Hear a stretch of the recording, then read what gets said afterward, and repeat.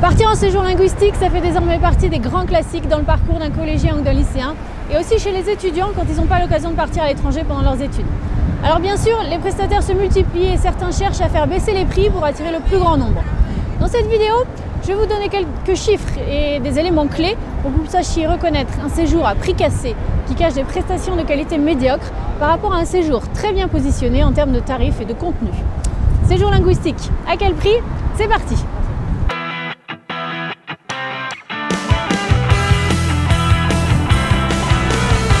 Pour parler coûts, parlons d'abord des destinations, car c'est l'élément majeur qui fait varier les prix. Ces dernières années, les séjours à Malte ont explosé, en particulier grâce au coût de la vie à Malte qui rendait le prix des séjours très attractif. Aujourd'hui encore, vous trouvez sur le marché un bon nombre de séjours accompagnés à Malte, autour de 1 800 € pour 2 semaines, en formule tout compris. Et pour des séjours en individuel, ce sera plutôt autour de 700 € par semaine, avec dans ce cas des frais supplémentaires à prévoir, parce que tout n'est pas inclus en individuel. Je vous mettrai dans le descriptif de la vidéo un exemple de séjour à Malte à un prix vraiment intéressant pour des ados à partir de 1 400 € pour 2 semaines en été, transport tout inclus, et à partir de 1 000 € pour une semaine pendant les petites vacances hiver et printemps. Et je vais vous expliquer dans cette vidéo les critères à vérifier pour évaluer le juste prix d'un séjour. Autre destination attractive, l'Irlande. Avec la possibilité de trouver des vols low cost depuis la France, les séjours en Irlande peuvent être particulièrement intéressants financièrement. Là aussi, je vais vous donner un exemple dans le descriptif. Un séjour étudiant avec 20 cours par semaine, un hébergement en appartement qui démarre à 519 € la semaine. Bon, hors transport évidemment, mais avec un vol low cost, ça ne rajoutera pas un gros montant au séjour. Évidemment, les prix que je vous donne sont à titre indicatif, ce sont que des prix moyens. Vous pourrez acheter des séjours moins chers ou bien plus chers, mais au moins ça vous donne une idée du positionnement des séjours que vous verrez par rapport aux tarifs que je vous indique. Les séjours en Angleterre, ils ne sont pas donnés, contrairement à ce qu'on pourrait penser, vu la proximité du pays. La livre sterling par rapport à l'euro, malheureusement, ça ne rend pas les prix avantageux. C'est pas facile de vous donner des tarifs précis parce qu'il y a une multitude de formules différentes en Angleterre, mais je dirais qu'il faut vous attendre à payer au moins 900 € pour une semaine ou 1 500 € pour 2 semaines en séjour été classique, anglais plus activité, avec un hébergement en famille.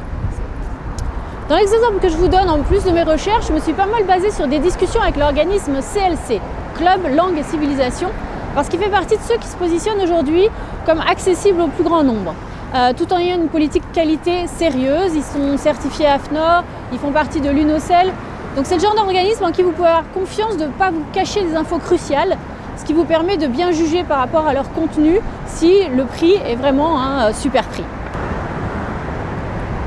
D'autres pays sont attractifs en termes de prix parce que leur monnaie n'est pas spécialement à un niveau élevé par rapport à l'euro. Le Canada, l'Australie aussi se positionne assez bien, même si bien sûr le coût du trajet fait que ce ne sont pas des séjours à bas prix. Parmi les séjours les plus onéreux, on retrouve des pays lointains comme la Nouvelle-Zélande ou les États-Unis. Je suis ici à New York et je peux vous dire que le coût de la vie sur place est assez dingue, mais ça n'empêche pas les touristes d'être toujours nombreux. On voit en hiver comme en été sur le pont de Brooklyn, il y a beaucoup de monde. Alors, une bonne idée si vous cherchez des séjours linguistiques à moindre coût. Pensez au transport en autocar. Ça peut réduire pas mal le coût global. Il y a quelques organismes assez rares qui proposent des trajets en car depuis plusieurs villes de province. Ça vous évite d'ajouter un billet de train au coût du séjour, parce qu'en général le départ se fait à Paris. Alors évidemment, préparez-vous un bon paquet d'heures de car si vous venez de Pau et que vous allez en Angleterre, mais bon, c'est une option intéressante pour un prix pas cher, sans rogner sur la qualité du séjour en lui-même. L'organisme CLC dont je parlais, par exemple, il vous fait un préacheminement gratuit en autocar. Il vous suffit d'emmener votre enfant à la ville la plus proche et ensuite ça ne vous rajoute pas de coûts supplémentaires. Assez parlé des destinations, donc pour résumer ce premier point, dans votre présélection, retenez des destinations qui sont en accord avec votre budget pour le coût du trajet et pour le coût de la vie sur place.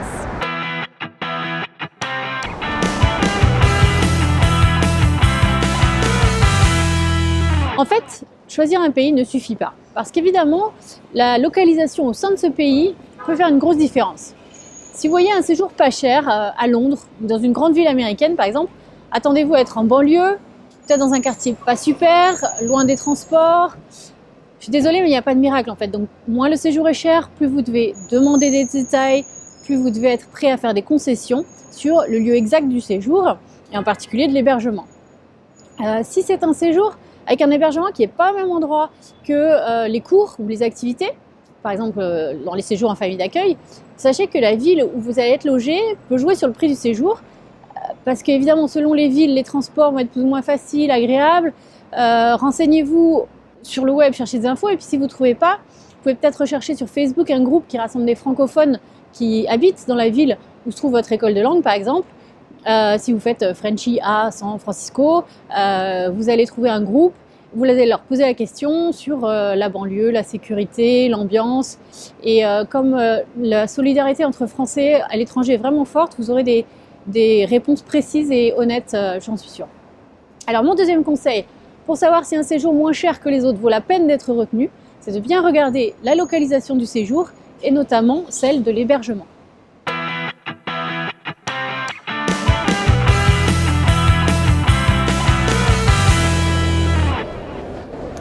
Troisième chose qui concerne le contenu du séjour cette fois.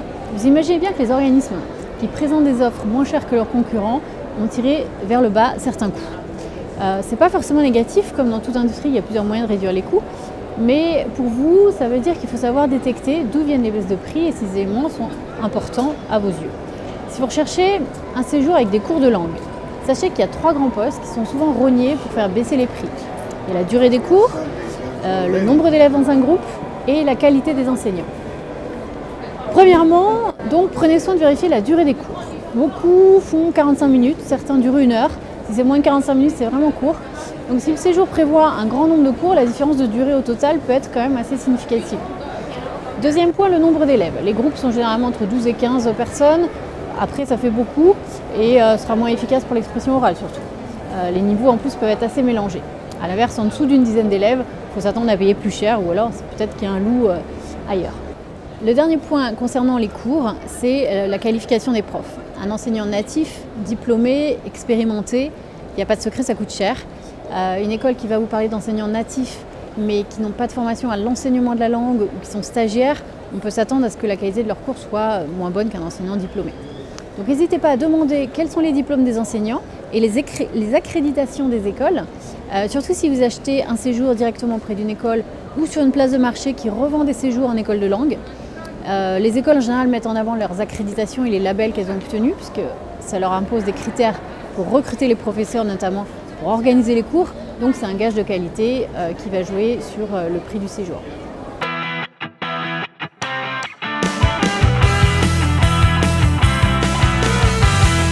Alors parlons chiffres. Pour un séjour où le participant a la chance d'avoir des cours en mini-groupe chez un professeur, qui éventuellement s'occupera aussi d'excursions ou d'activités l'après-midi, il faut compter 500 à 800 € de plus que le même type de séjour avec des cours en groupe de 10-15 élèves. Pour les one-to-one, où on vit chez le professeur, les tarifs sont encore plus chers, surtout si c'est un séjour pour enfants, puisque le professeur est dédié à votre enfant pour les cours, mais aussi pour la journée.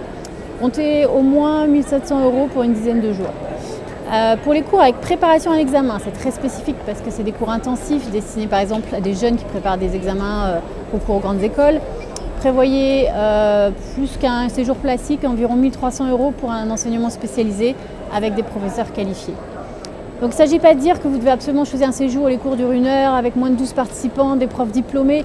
Non, l'essentiel c'est que vous choisissiez un séjour au tarif qui vous convient tout en ayant conscience de ces éléments pour ne pas être déçu.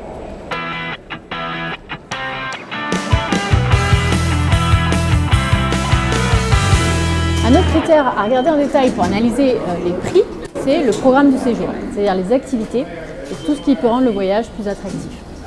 Normalement, tout doit être inclus dans les séjours en groupe pour les enfants. Mais si c'est pour un ado de 16-17 ans, par exemple, on peut aussi lui proposer des séjours en individuel où tout n'est pas inclus. C'est aussi le cas pour les séjours étudiants et adultes. Dans ce cas, faites attention à ce qui sera ajouté pour se distraire l'après-midi, pour visiter la ville, pour déjeuner, dîner. Parfois, c'est les repas du week-end qui ne vont pas être inclus. Parfois, il faudra ajouter un transfert à l'aéroport, des forfaits excursions, des suppléments chambre individuelle, ou parfois pour être le seul francophone d'une famille aussi. Donc, si le programme vous semble tout inclus, faites attention au prix vraiment bas. À titre indicatif, pour un séjour de 2 semaines en famille d'accueil, avec des cours, des activités, il faudrait au moins mettre 1 500 € pour un séjour à peu près de qualité. Je vous mettrai un exemple dans le descriptif de la vidéo pour vous rendre compte d'une offre à un prix vraiment attractif dans laquelle tout est inclus. Donc le 4e point à retenir, c'est qu'un séjour à prix cassé ne peut pas être une formule tout inclus, ou alors c'est que certains critères de qualité ont été sacrifiés.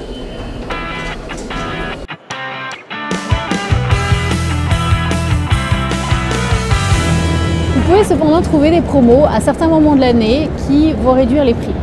En période creuse, pour des séjours étudiants et adultes, certains organismes ou revendeurs font des promotions, en particulier lorsque les écoles ne remplissent pas leurs cours. Alors, ce n'est pas forcément les séjours les plus attractifs à la base, mais ça ne veut pas dire que ça ne répondra pas à vos attentes. Si vous voulez payer moins cher, que vous êtes prêt, par exemple, à aller dans une ville un peu moins tendance, pourquoi pas en profiter. Attention quand même aux grosses promos. Si vous voyez moins 30 ou moins 50%, ça peut cacher un séjour mal positionné au départ. Peut-être qu'il était beaucoup trop cher, qu'il y avait trop d'intermédiaires. Bref, méfiance. Dans le même genre, faites attention aux comparateurs de prix sur le web qui vont vous afficher des pubs qu'ils n'ont pas vérifiées. Faites des vérifications par vous-même si vous prenez le risque d'acheter un séjour en école de langue qui paraît moins cher parce qu'il est revendu par un organisme étranger. Attention. Donc faites votre petite étude avant de sauter sur la promo super alléchante. Regardez bien la richesse du programme et tous les critères dont je vous ai parlé. Si je devais résumer en 2 mots, je vous dirais soyez logique. Si vous voulez être sûr de la qualité des cours, si vous voulez être proche d'un centre-ville, faire à tout prix un voyage dans un pays comme les USA qui est cher, à ce moment-là, visez pas juste le séjour pas cher, vous seriez déçus. Par exemple, pour les États-Unis, c'est compliqué de trouver un séjour à moins de 2500 €. Donc sachez dès le départ que vous devez prévoir un budget plus important si c'est votre désir.